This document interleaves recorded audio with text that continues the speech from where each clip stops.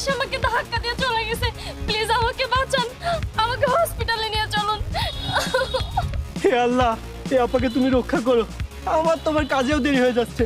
আচ্ছা ঠিক আছে আপু, চলুন আমি আপনাকে হাসপাতালে নিয়ে যাচ্ছি। চলুন, সাবধান উঠবেন, আস্তে আস্তে।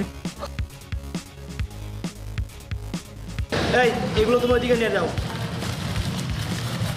এসেছেন লাট সাহেব, আপনি কাকে সাহায্য করতে গিয়েছিলেন? মাফ করবেন স্যার, রাস্তায় একজন প্রেগনেন্ট আপাকে গাড়ি ধাক্কা দিয়েছিল, তাই আমি হাসপাতালে তাকে দিয়ে এসেছি।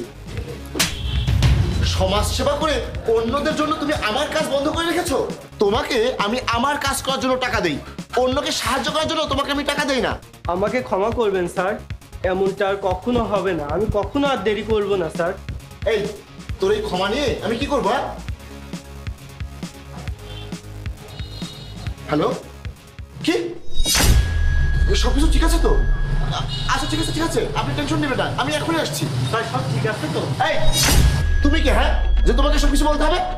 তুই আমি একটু যাচ্ছি, সব কাজ ঠিক মতো করে নিস, ঠিক আছে? ঠিক আছে। এই ওই কাজটা কর। ভাইয়া বলছিলাম যে আজে বাজে কথা বলা বন্ধ কর, যা কাজ কর যা।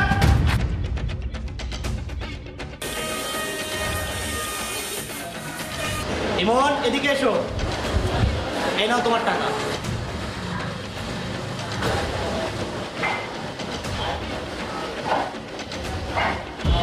ভাইয়া মাত্র 200 টাকা?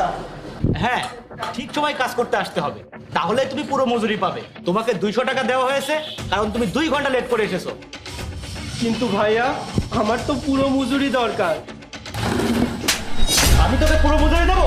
চুপচাপ এখান থেকে চলে যা, না হলে আমি তোকে এখানকার কাজ থেকে একদম বের করে দেবো।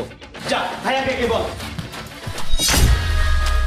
স্যার দেখুন, আমার টাকা কেটে নিয়েছে। 500 টাকা না দিয়ে আমাকে 200 টাকা মজুরি দিয়েছে। হ্যাঁ, তুমি যত বেশি কাজ করবে আমি তোমাকে তত বেশি টাকাই দেবো।